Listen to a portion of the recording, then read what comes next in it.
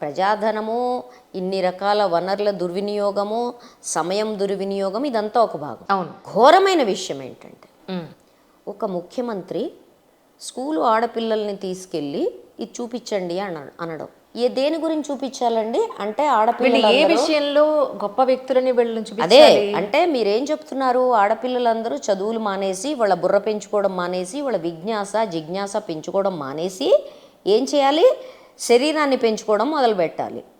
అదేనా చెప్పేది ఒక ముఖ్యమంత్రి ఈ రాష్ట్రపు ఆడపిల్లలకి ఇచ్చే సందేశం అదేనా? దారుణం. నాకు ఇంకొకటి బాధ ఏమనిపించింది అంటే తెలంగాణ ఆడపడుచుల చేత వాళ్ళ కాళ్ళు కడిగించుంటాయి. హారతి ఇచ్చినా బానే ఉండేదేమో, కాళ్ళు కడిగించడం ఏమిటండి? ఈ నీ బాంచన్ నీ కాళ్ళు ముక్త అనేది మరి ఏమన్నట్టు ఈ వీళ్ళు ఏ దొరల విషయంలో పాలన గొప్పలు, కదా. వీళ్ళు ఏ విషయంలో గొప్పవాళ్ళు వీళ్ళంతా? కాదండి, మనందరం వెనకాల దలుచుకున్నాం కదా. దొరల పాలన కాలంలో నీ బాంచన్ నీ కాలు మొక్తా నీ కాలు గడుగుతా అనేది కదా. ఆ సంస్కృతి తేవాలని కోరుకుంటున్నారు. పరిపాలనలో ఉన్న దొరలు ఆ సంస్కృతి తిరిగి రావాలని కోరుకుంటున్నారు. మీకు మీకు కాళ్ళు కడగడం అంత ఇష్టంగా ఉంటే మీరు కడగాల్సింది, వాళ్ళ కాళ్ళు పట్టుకోవాల్సింది. ఒక టీచర్నో, సైంటిస్ట్నో, ఆస్ట్రోనాట్నో ఇలా ఎవరినైనా గొప్పవాళ్ళని చూపించి ఇలా అవ్వండి వీళ్ళలా అవ్వంటే ఒక అర్థం ఉంది. కానీ వీళ్ళు ఏ విషయంలో ఏం సాధించేశారనేది నాకు అర్థం కాల.